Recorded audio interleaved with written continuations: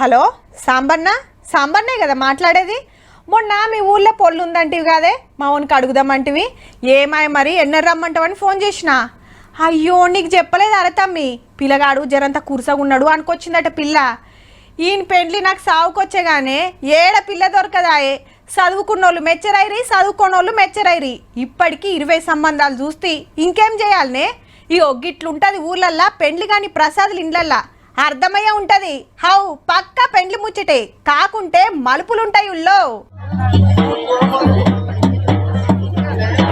అందరు 3 ముళ్ళేస్తే గీ అన్న 6 ముళ్ళేసిండుల్లో.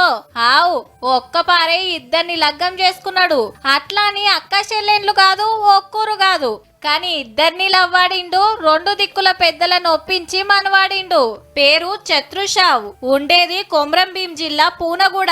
ఆదివాసీలు కాబట్టి కార్డు సుత గోండు భాషలనే కొట్టించిండ్రు. చుట్టాలొచ్చి పెండ్లి పిల్లలు పెండ్లి పిల్లగానికి దీవెనార్తి పెట్టిండ్రు.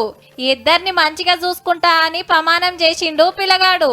పెండ్లి చేసుకుందామంటే పిల్ల దొరకక బొచ్చడు మంది పెళ్లి గాని ప్రసాదులు తండ్లాడుతాంటే మనోడు ఇద్దరిని లవ్వాడి లగ్గం చేసుకున్నాడని ఎంత రంది పడుతున్నారో పో.